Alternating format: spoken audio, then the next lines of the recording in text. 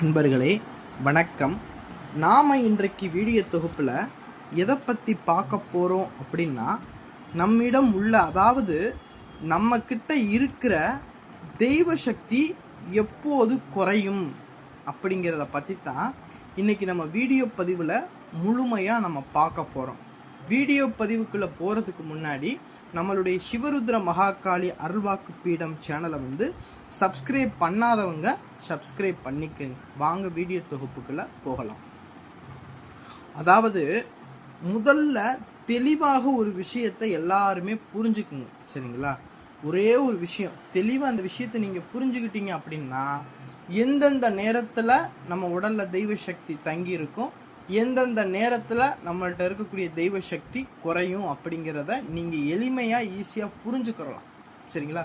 புரிஞ்சுக்கிட்டு அதுக்கு தகுந்த மாதிரி நம்மளுடைய உடலில் எப்படி தெய்வ சக்தியை தக்க வச்சுக்கிறது அப்படிங்கிறத பற்றி நீங்கள் யோசித்து அதுக்கான முயற்சிகளை நீங்கள் எடுக்கலாம், சரிங்களா? இந்த வீடியோவை முழுமையாக பாருங்கள். அப்போ தான் உங்களுக்கு நான் என்ன விஷயம் சொல்ல வர்றேன் அப்படிங்கிறது உங்களுக்கு தெளிவாக புரியும், சரிங்களா? அதாவது உயிர் இல்லாத இந்த உடலை என்னன்னு சொல்லுவோம்? சிவம்னு சொல்லுவோம், சரிங்களா? இந்த உயிர் இல்லாத உடல் இயங்குவதற்கு தேவையான ஆற்றல் இருக்குல்ல, இந்த உயிரில்லாத உடல் இந்த இயங்குறதுக்கு தேவையான ஆற்றலை நம்ம சக்தின்னு சொல்லுவோம், சரிங்களா? இந்த இரண்டுமே சேர்ந்தா மட்டும்தான் அதனால் இயங்க முடியும், சரிங்களா? ஒரு விஷயம், இந்த ரெண்டில் ஒரு விஷயம் இல்லைனாலும் அதனால தனிச்சு இயங்க முடியாது. அதுதான் சொல்லியிருப்பாங்க ஒரு உதாரணத்துக்கு, சிவன் இல்லாமல் சக்தி இல்லை, சக்தி இல்லாமல் சிவன் இல்லை அப்படிங்கிற ஒரு வாக்கியத்தை ஒரு நம்மளுக்காக கொடுத்துருப்பாங்க, சரிங்களா? அதுக்கு அர்த்தம் இதுதான், சரிங்களா? இந்த ரெண்டு விஷயமுமே இல்லை, ஒரு விஷயம் இல்லைனாலும் தனிச்சு எதுவுமே செயல்பட முடியாது.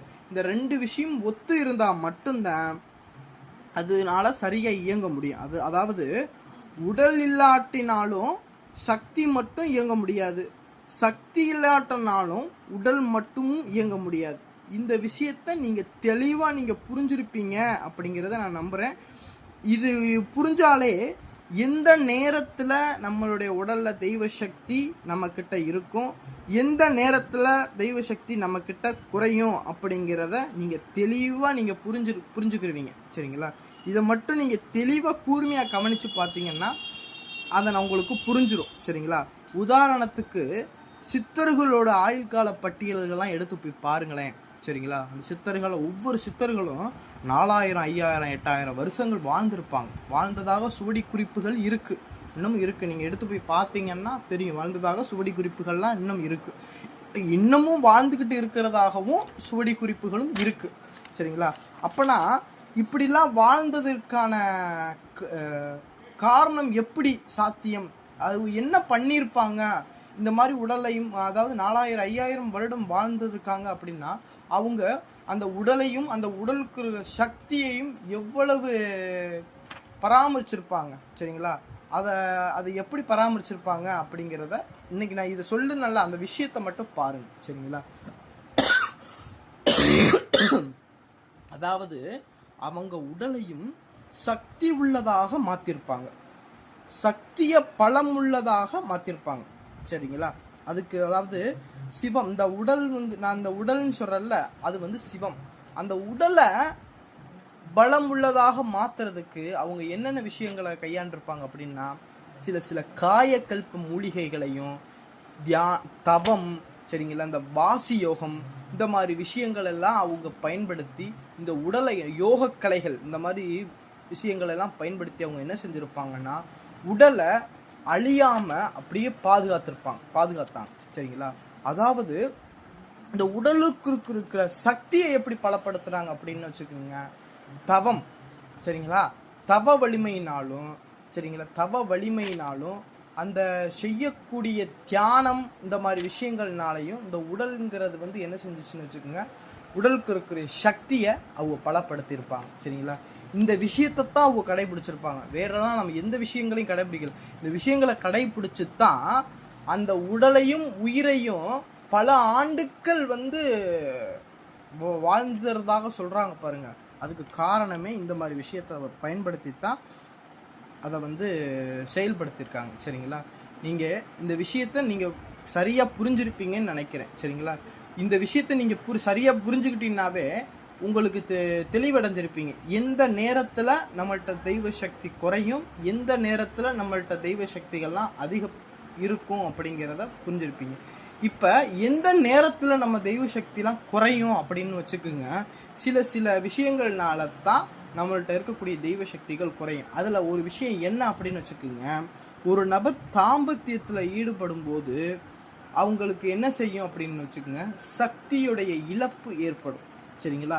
அப்படி சக்தி உடலில் இருக்கக்கூடிய அந்த சக்தியோட இழப்பு ஏற்படும் போது அவங்க உடலில் இருக்கக்கூடிய தெய்வ சக்தியுமே கொஞ்சம் கொஞ்சமாக என்ன செய்யும், குறைய ஆரம்பிக்கும். சரிங்களா? குறைய ஆரம்பிக்கும். அதே போல் அடிக்கடி தாம்பத்தியத்தில் ஈடுபடுறாங்க அப்படின்னா அவங்க என்ன, அவங்களோட உடலில் இருக்கக்கூடிய தெய்வ சக்தி கொஞ்சம் கொஞ்சமாக வெளியே போய் முழுமையாக 0% வந்து அவங்களுடைய தெய்வ சக்தி வந்து நின்றும். சரிங்களா? சில மாந்திரிகர்கள்லாம் பார்த்தீங்கன்னு வச்சுக்கோங்க, சில மாந்திரிகர்கள்லாம் அடிக்கடி இந்த தாம்பத்தியத்தில் அவங்க ஈடுபடும் போது அவங்களுடைய உடலில் இருக்கக்கூடிய அந்த தெய்வ அந்த உடலில் இருக்கக்கூடிய சக்தியானது வெளியேறிக்கிட்டே இருந்துச்சு அப்படின்னா அவங்கள்ட்ட இருக்கக்கூடிய தெய்வ சக்தியானது குறைஞ்சு போயிடும். அப்படி தெய்வ சக்தி குறைஞ்சிருச்சுன்னா சில மாந்திரிகர் என்னதான் பூஜைகள் பண்ணினாலும், என்னதான் மந்திர உருக்கள் கொடுத்து ஒரு விஷயத்தை சரி பண்ணணும்னு நினச்சாலும் அது அவங்களுக்கு பலன் தராமல் போயிடும். இதுக்கு காரணம் வந்து சில பேர்லாம் சொல்லுவாங்க, என்னென்னு வச்சுக்க, நானும் எல்லா பூஜை முறையுமே கரெக்டாக தான் செய்கிறேன், எனக்கு அது பலனே கொடுக்க மாட்டேன்னு சொல்லுது அப்படின்னா அவங்க உடலில் சக்தியை சேமித்து வைக்கிறதே கிடையாது. சரிங்களா? அடிக்கடி அவங்களுடைய உடலில் இருக்கக்கூடிய சக்தியை இழந்துறதுனால இந்த அவங்க செய்யக்கூடிய அந்த மாந்திரீக பூஜைகள் வந்து அவளுக்கு பலம் இழந்து பயன் தராமல் போயிடுறதுக்கு காரணமும் இந்த சக்தி இழப்பு ஏற்படுறதுனால தான். சரிங்களா? அதனால தான் என்ன செய்யணும் அப்படின்னு வச்சுக்கோங்க, இந்த சில பூஜையில் இருக்கிறவங்க அப்படின்னா தன்னுடைய அந்த உடலில் இருக்கக்கூடிய சக்தியை சேமித்து வச்சுக்கிறோம். சரிங்களா? சேமித்து வச்சுக்கிட்டா மட்டும்தான் நம்ம செய்யக்கூடிய தெய்வ சக்திகள், தெய்வ பூஜைகளாக இருக்கட்டும், தெய்வ சிந்தனைகளை செய்யக்கூடிய எந்த மாந்திரீக பூஜைகளாக இருக்கட்டும் உடனே நம்மளுக்கு பலன் தரும். சரிங்களா?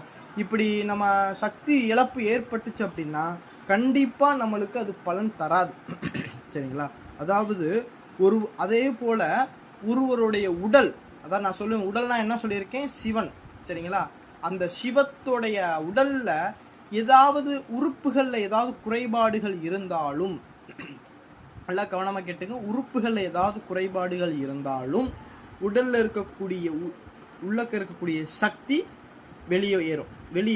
சரிங்களா? அதனால அந்த உடலில் வந்து சக்தியை வந்து நம்ம சேமித்து வைக்க முடியாது. அப்பையும் தெய்வ பலம் வந்து குறைஞ்சு போயிடும். சரிங்களா? எடுத்துக்காட்டுக்கு ஒரு பலூன் என்ன செய்கிறீங்கன்னு வச்சுக்கோங்க, ஒரு பலூனை வந்து ஊதுறீங்கன்னு வச்சுக்கோங்க, ஊதி கட்டிடுறீங்கன்னு வச்சுக்கோங்க. அந்த பலூன்ங்கிறது வந்து தான் உடல். பலூனுக்கு இருக்கிற காற்று வந்து என்னன்னு பார்த்தீங்கன்னா சக்தி. அந்த பலூனில் சிறிது ஓட்ட போட்டோம் அப்படின்னா என்ன செய்கிறோம், அந்த பலூனுக்குள்ளே இருக்கக்கூடிய சக்தி பூரா வெளியேறிடும். புரிஞ்சுக்குங்க. சரிங்க? சக்தி பூரா வெளியேறிடும். அதே போல் நம்ம இந்த உடலில் இருக்கக்கூடிய உள்ளக்க இருக்கக்கூடிய சக்தி என்ன செய்யும் அப்படின்னு வச்சுக்கோங்க, இந்த உடலில் ஏதாவது உறுப்புகளில் ஏதாவது நோய் நொடிகள் வந்தாலும் உள்ளக்க அந்த சக்தினால் நிலைச்சி இருக்க முடியாது. சரிங்களா? அதோடைய சக்தி என்ன செஞ்சிடும்னா கொஞ்சம் கொஞ்சமாக வெளியேறிடும். அதனால தான் என்ன சொல்லுவாங்கன்னா, இந்த உடலும் நம்மளுக்கு முக்கியம். ஒரு ஆன்மீகத்தில் இருக்கிறாங்க, ஒரு மந்திரங்கள்லாம் சித்தி பண்ணுறாங்க, ஒரு தெய்வ விஷயத்தில் இருக்காங்க, மாந்திரிக விஷயத்தில் இருக்காங்க அப்படின்னா இந்த உடலும் நல்ல முறையில் இருக்கணும், உடலுக்குள்ளே இருக்கிற உயிரும் பலமாக இருக்கணும். சரிங்களா? இந்த 2 விஷயம் இருந்தால் மட்டும்தான் ஒரு விஷயத்தை முழுமையாக நம்ம செஞ்சு கொடுக்க முடியும். சரிங்களா? அதனால் அந்த விஷயத்தை நீங்கள் நல்லா புரிஞ்சுக்குங்க. எடுத்துக்காட்டுக்கு இந்த பெண்களோட என்ன செய்வாங்கன்னு வச்சுக்கோங்க, அந்த மாதவிடாய் காலங்களில் வந்து ரொம்ப அந்த 5 நாட்கள் வந்து ரொம்ப கஷ்டப்படுவாங்க. சரிங்களா?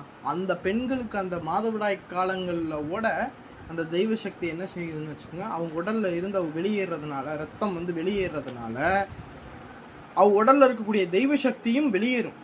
சரிங்களா? அதனால தான் அவங்களுக்கு எந்த விதம் வெளியெல்லாம் போகாமல் வீட்டுக்குள்ளேயே அவங்கள வச்சுருக்கிறதுக்கு காரணம் அதுதான். சரிங்களா?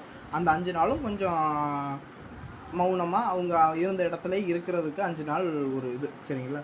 அதனால் இந்த மாதிரி விஷயங்களெல்லாம் நம்ம புரிஞ்சுக்கிறோம். சரிங்களா? புரிஞ்சுக்கிட்டீங்க அப்படின்னா தெளிவாக உங்களுக்கு விடைகள் சில விஷயத்துக்கெல்லாம் ரொம்ப கிடச்சி போயிடும். அதாவது நம்ம மன அழுத்தத்தில் இருக்கும்போதும் நம்மளுக்கு தெய்வ சிந்தனைகள் வந்து குறையும். சரிங்களா? நம்மளால் சரியாக அது யோசிக்க முடியாது. தெய்வ சிந்தனைகளில் போய் நம்ம உட்கார முடியாது. நம்மலாம் பார்த்தீங்கன்னு வச்சுக்கோங்க, இந்த மந்திர ஜபங்கள் பண்ணும்போதெல்லாம் மனசு ஃப்ரீயாக இருக்கணும். மனசு வந்து அங்கிட்டு இங்கிட்டு யோசிச்சுக்கிட்டு எதையாவது பற்றி சிந்திச்சுக்கிட்டு இருக்கும்போது, அந்த மனசில் சிந்திச்சுக்கிட்டு இருக்கும்போது தெய்வத்துக்கு போய் பூஜை பண்ணினாலும், மந்திரங்களை வந்து நம்ம சித்தி பண்ணணும்னு எடுத்து மந்திரங்களை இது பண்ணாலும் அது வந்து நம்மளுக்கு கை கொடுக்காது. என்னன்னு வச்சுக்கோங்க, மூளை சரியாக செயல்படணும், மனசு அமைதியாக இருக்கணும். அந்த நேரத்தில் மட்டும்தான் நம்ம பூஜையில் போய் நம்ம உட்கார முடியும். சரிங்களா?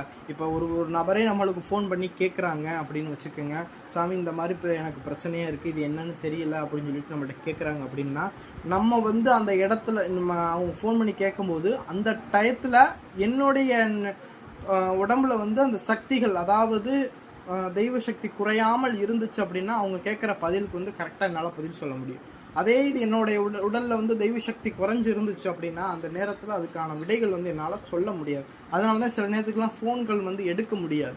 சரிங்களா? சில சமயத்தில் வந்து ஃபோன்களை வந்து எடுத்து நம்மளுக்கு பதில் சொல்ல முடியாது. சரிங்களா? அதனால் இந்த மாதிரி விஷயங்களெல்லாம் கடைபிடிச்சி எதுனால தெய்வ சக்திகள்லாம் நம்மளுக்கு குறையுது அப்படிங்கிறத மனசில் வச்சுக்கிட்டு அந்த விஷயத்தை கட்டுப்படுத்தி வச்சு சில விஷயங்களெல்லாம் சாதிக்கிறது உங்களுடைய கையில் தான் இருக்குது. இந்த விஷயத்தை நீங்கள் புரிஞ்சுக்கிட்டீங்கன்னாவே சில விஷயங்களை நீங்கள் மாற்றி அமைச்சுக்கிறலாம். சரிங்களா? இந்த வீடியோ பதிவு பிடிச்சிருந்துச்சு அப்படின்னா நம்மளுடைய சேனலை வந்து சப்ஸ்கிரைப் பண்ணுங்கள். இந்த வீடியோ பிடிச்சிருந்துச்சு அப்படின்னா லைக் பண்ணுங்கள். நன்றி, வணக்கம்.